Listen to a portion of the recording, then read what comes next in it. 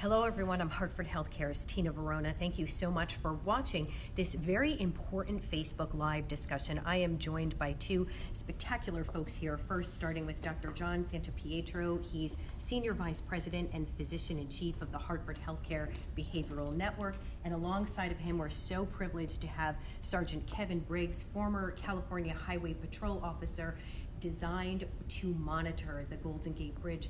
We are talking today about such a vital topic, suicides. Unfortunately, it's a number that is on the rise. Dr. Santopietro, let me start with you. What do we attribute this rise to? Well, it is a rise, and it's a big number, Tina. So 47,000, as Kevin talked with us about today, 47,000 suicides a year. If you compare that to the number of homicides, it's more than double. The number of breast cancer deaths, it's more than that, more than traffic fatalities, and it has been rising really for the last 10 to 15 years at least by about 30%. We're not, there's a lot of factors that go into it. I would say what's most important is we're not getting people into care, because we have care that works and we're not connecting with them. And one of the messages that Kevin brought to a group of 300 or 400 people today at Hartford Healthcare was, you have to connect, you have to meet people where they are, you have to lean in.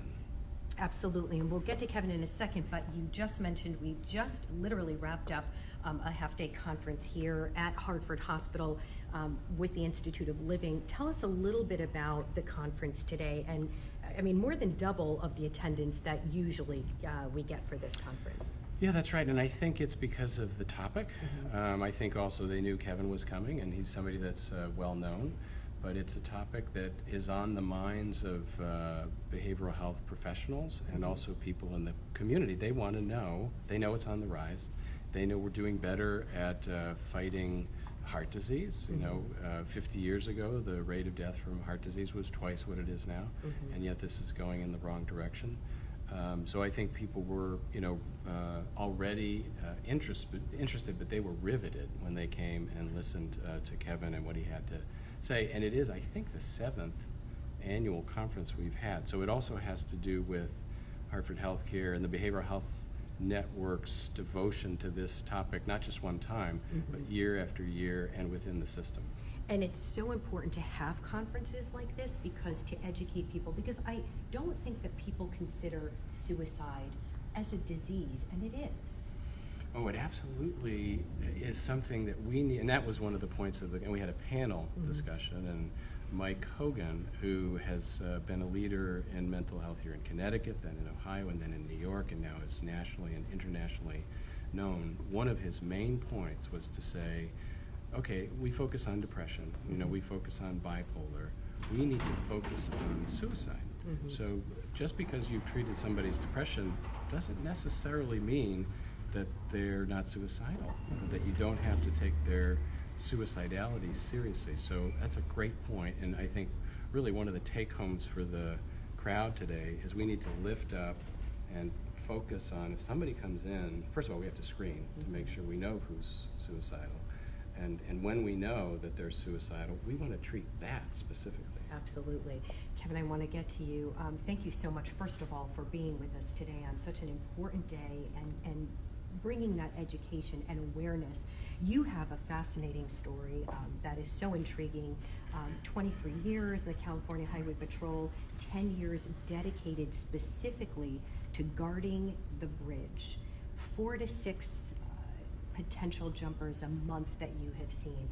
Talk to me a little bit about what you've seen and the stresses that come along with that. The folks that come there, it's varied, but generally white male, and that's what we see nationally, white males.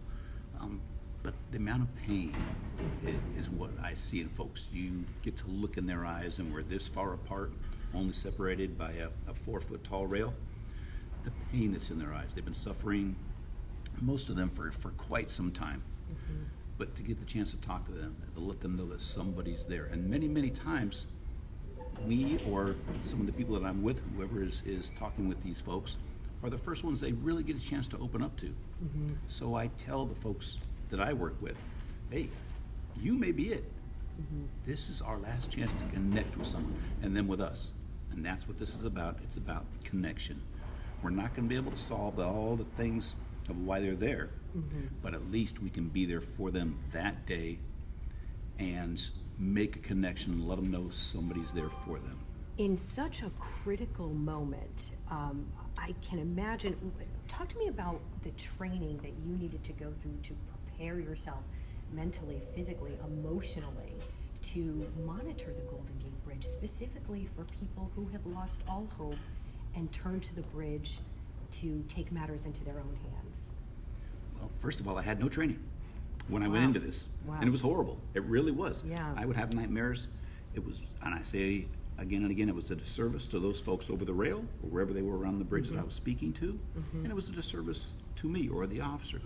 We, as officers, nowadays, we need some training. We have crisis intervention training. So it was some years before I went through that, which helped. But it was many, many, many years later where I went through the FBI Crisis Negotiator School, and very few highway patrolmen get to do that. But that should be a norm. Absolutely. I'm Because surprised. you're dealing with so much. I'm surprised to hear Yes. that you had no training. So it was literally your law enforcement training that you had and you as a person.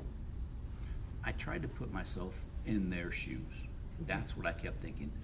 Or what if it was my family member over that rail? I tried to really personalize it. And I didn't talk about myself so much, even though I've been involved in a lot of things with cancer and some different things. It's about them. It's about them. This is not, I tell folks, it's not the Kevin Briggs show. It's about you. But to be there for them, just to be a sounding board and let them know, that sounds really tough. Well, that must be brutal. And to be there for them, if they want to cry, if they want to hold my hand, whatever that is. And it's very, very important for me to have them come over on their own. They want to come back. Right. And I think that's a much better chance of fighting chance. That of has success. to be an incredible feeling to know after the negotiation, after the listening, and to have that person be so close on the brink to actually coming back over. What's is. that feeling like? It's incredibly cool. It's to look in their eyes. It's almost like a little baby. The hope, and they're scared. They don't know what's going to happen, even though I have told them things. But you got to think these folks are in crisis, and they're very narrow in Right. what's going on with them. Right. So they're not taking in everything I'm throwing at them, so to speak. But the look in their eyes is really, really cool. It's a rebirth. Right. And I'd imagine these, obviously, a very tense situation. When this happened, what did you do? Is traffic stopped? What happens? So for on the Golden Gate Bridge specific, there's 6 lanes, and we will take a lane if we have all cars there, because our radios run off a repeater system, technical and all that, but we have to have a car around in order for us to use our radios. Now, cops don't like to hear this, management doesn't like to hear this, but I tell them what I do is I shut it off. This is a very delicate, high-end situation. I don't want to hear a bunch of stuff, and I don't want them hearing things. I'm not going to be on my cell phone. Everything about me is for that person. Most of the time, I don't even remember what they're wearing. But I can tell you the color of their eyes and how their face look. And that's what I want with them, this connection. Do you, have you had follow-up relationships with any of these people where you were such an integral part of their lives in the moment when they needed somebody the most? Were there any relationships built after that? Only one, and that's because the American Foundation for Suicide Prevention was giving me an award, and I was asked many, many, many times, is there someone you saved? And I don't like that word. I didn't rush into a burning building to pull these folks out. I was there on a very dark day. But I contacted the mother of the individual I spoke to because she had written me a letter, and then we reconnected out in New York City where some folks were giving me an award there. But I wanted this about him. Made it about him. It took a lot for him. He was over the rail on the bridge for over an hour and a half to be and come back and now speak in front of this audience. So it's really wonderful. And that was I would say his second rebirth. Unbelievable. And imagine all those 10 years that you were there. If you weren't there, a lot of people probably would not have been saved. Another officer would be there. Right. But in general, to not have, I think it's so vital to have somebody on the bridge monitoring because it is known for people wanting to, when they've lost all hope, to take matters into their own hands. It is. It is. So, and now we have additional officers, and the Golden Gate Bridge Highway and Transportation District has hired some folks to come as security guards and watch. And of course, that barrier, the suicide net, the barrier is being built and is being erected as we speak. What would you like, based on your experience and literally hands-on working with people in that exact moment of crisis, what would you like to see done, or what needs to be done in your opinion? A few things. Officers need to be trained more in crisis intervention training. I believe that barrier is going to do a hell of a job. But what about all the other means? I believe more money, because when we look at heart prevention or traffic accidents and all these different things, the amount of money spent on that is huge. The amount of money spent on behavioral health is very, very small, comparatively speaking. Yeah. So when we get the doctor here, and folks, you know, they're doing a wonderful job. This was fantastic today. What a great group of people. Yeah. It's been neat. But to have the officers trained more, you know, as far as what I'm concerned about, and then to bring them back and to have the mental health folks trained more also, and this is what I'm hearing from the doctor And and that's such. where we come in. So great synopsis on the law enforcement side. Dr. Santopietro, when these folks come here to the Behavioral Health Network, there is a wide array of services and help for them. Talk to us a little bit about that. Yeah, and actually even before that, I just feel, as you just heard Kevin talk, you can see why we've sought after him for a year to come here. The power of his message and his story, the message of hope that he brings, but also this was an audience of 300-400, mostly mental health professionals. We were people that we've been to school for, you know, mental health and counseling. We were taking notes. I was taking notes because Kevin has learned how to connect with people on the front lines, and he has learned techniques that are really, you know, so important for us.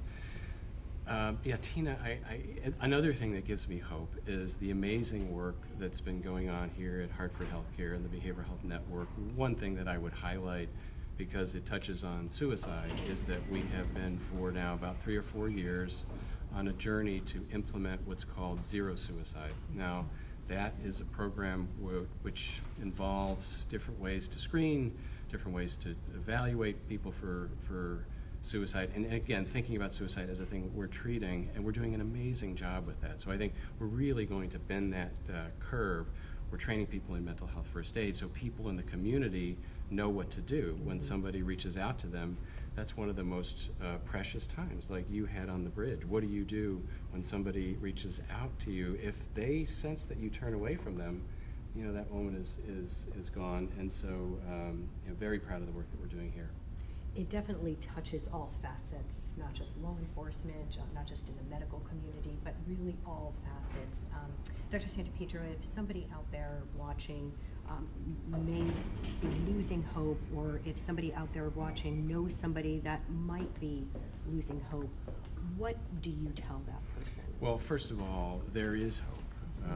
And back to some of the things we've talked about today, the number one problem, the reason the rate is going up, is that people are not getting in for treatment. So if people come into treatment and they get good treatment at the right time, 60 to 80% of people recover.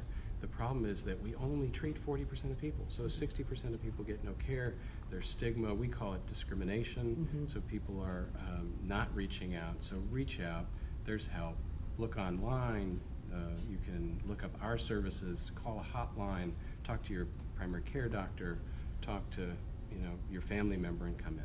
Dr. Santopietro, thank you for all the great work you do on a daily basis. And of course, Sergeant Briggs, thank you for traveling cross country to be with us today. So important. And as always, thank you out there for watching. Again, there is help out there if you or a loved one feel like you are in crisis. Thanks for watching. I'm Hartford Healthcare's Tina Verona. We'll see you next time.